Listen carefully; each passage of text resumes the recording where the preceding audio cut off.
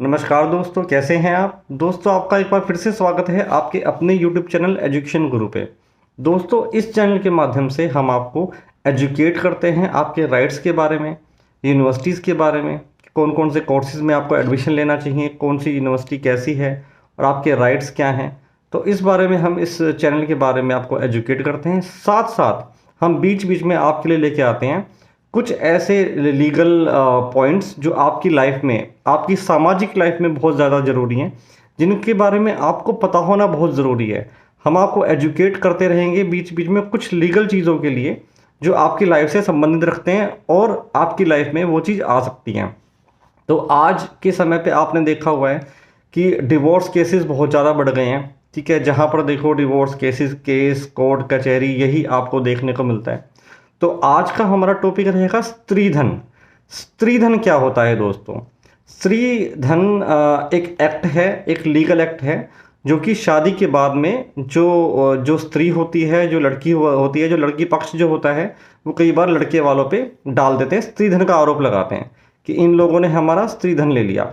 अब सबसे पहले ये देखने वाली बात है कि स्त्रीधन क्या होता है। सबसे पहले हम आपको बताते हैं कि स्त्रीधन क्या होता है। स्त्रीधन दोस्तों दो शब्दों से मिलकर बना है, स्त्री प्लस धन। जो धन जिस पर सिर्फ स्त्री का अधिकार है, सिर्फ लेडीज का अधिकार है, उस धन को स्त्रीधन कहा जाता है। अब देखना ये पड़ेगा कि इसके दायरे में, स्त्री धन के दायरे में कौन कौन से धन आते हैं। मतलब शादी के बाद में ऐसा कौन सा धन है जिसके ऊपर स्त्री क्लेम कर सकती है कि वो स्त्री धन में आते हैं दोस्तों। और एक चीज़ और आपके माइंड में ये आएगा कि दहेज भी होता है। ये तो एक तरह से दहेज के उसमें आ जाएगा। तो हम आपको बता दें, इन दोनों में डिफरेंस होता है। दहेज एक अलग एक्ट है और स्त्रीधन एक अलग एक्ट है। अब हम आपको बताते हैं कि दहेज क्या होता है। दहेज तो आपको वैसे नाम से ही पता है कि शादी के समय या शादी के बाद में अगर ससुराल पक्ष द्वारा लड़की को प्रताड़ित किया जाए कि आप हमें ये गहने ला दो, हमें ये ला दो, हमें गाड़ी चाहिए, हमें ये चाहिए, और मतलब एक ज़बरदस्ती एक अमाउंट के लिए ससुराल पक्ष को या लड़की को परेशान करना, वो दहेज एक्ट में आता है।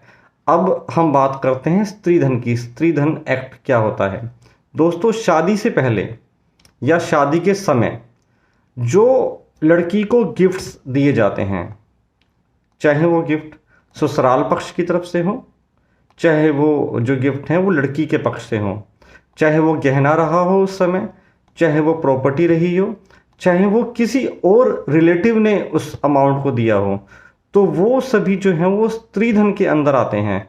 और जिस पर राइट सिर्फ और सिर्फ स्त्री का होता है, सिर्फ लड़की का ही अधिकार होता है। होता क्या है कि एक दहेज का मुकदमा चलता है। दहेज के मुकदमे चलने के बाद में लड़के वाले बोलते हैं कि हमने तो जो लड़की है उसको हमने इतना सोना दिया था, इतना ये दिया था, इतना वो दिया था। पर आप ध्यान रखें इस बात को, शादी के समय पे जो भी गिफ्ट दिया गया, चाहे वो कहीं से भी आया, वो सब स्त्रीधन एक्ट के अंदर आता है। उस पर सिर्फ और सिर्फ उस स्त्री का, यानी कि लड़की का अधिकार होता है। तो अब एक बात आती है कि कौन कौन सी चीज़ें ऐसी हैं जो स्त्रीधन के एक्ट आती हैं। जो भी गिफ्ट, एनी गिफ्ट, चाहे वो प्रॉपर्टी रही हो, ठीक है, चाहे वो कुछ गोल्ड रहा हो, चाहे वो उस समय किसी भी रिलेटिव ने कुछ भी गिफ्ट किया हो, चाहे ससुराल वालों ने गिफ्ट किया हो, वो सभी स्त्रीधन के अंदर आते हैं।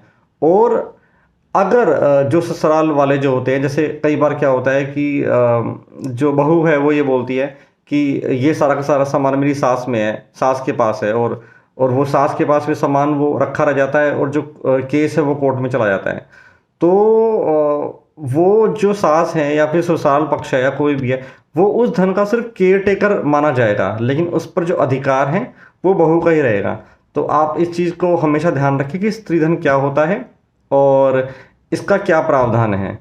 तो दोस्तों आशा करते हैं कि आपको आज का हमारा छोटा सा वीडियो पसंद आया होगा। हम ऐसी ऐसी छोटी छोटी लीगल चीज़ें भी लेकर आपको आते रहेंगे और आपको एजुकेट करते रहेंगे आपके राइट्स के बारे में। बहुत बहुत धन्यवाद।